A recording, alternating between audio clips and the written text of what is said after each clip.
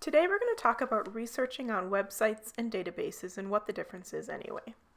So when you do a search on Google, like for example, if our topic is Stalin, you're going to find a lot of different kinds of websites. Websites like biography.com or maybe from stanford.edu. You'll find some from government websites like cia.gov and different organizations like marxist.org. You've been learning in your classes to look at the origin, the purpose, the limitation, and the value of websites. And looking at these endings, .com, .edu, .gov, can give a big hint as to what they're all about. Let's take a look at the first one, biography.com.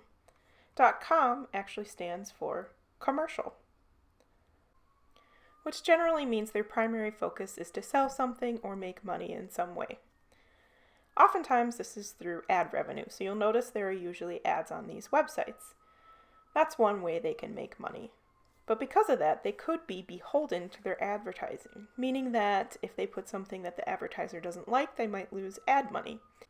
This is one reason we have you look at things like the origin, the purpose, the value, and the limitation, because we need to think and look into the websites and think, what do they have to gain or lose? What is their mission statement? This is what you should be doing on all types of websites, but it's especially true of commercial websites and our next one, organizations. .org website stands for organization, which could really mean a whole lot of things, so it's really important to look at the mission statement. What are their goals? Who are the authors of the websites? And where do they get their base of knowledge?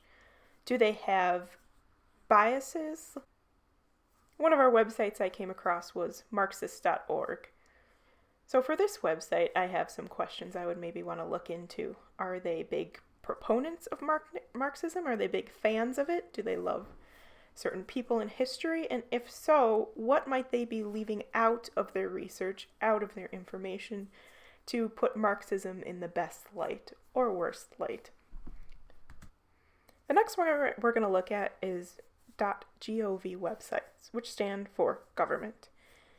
These can be valuable sources of information, but once again, we have to think about what their purpose is. If it's an American website and we're looking at Russia, what sort of biases might there be about what they're looking at? If it's a Russian website or a different country, we also have to think about their origin, the purpose, value, and limitation of the types of information you might find on it.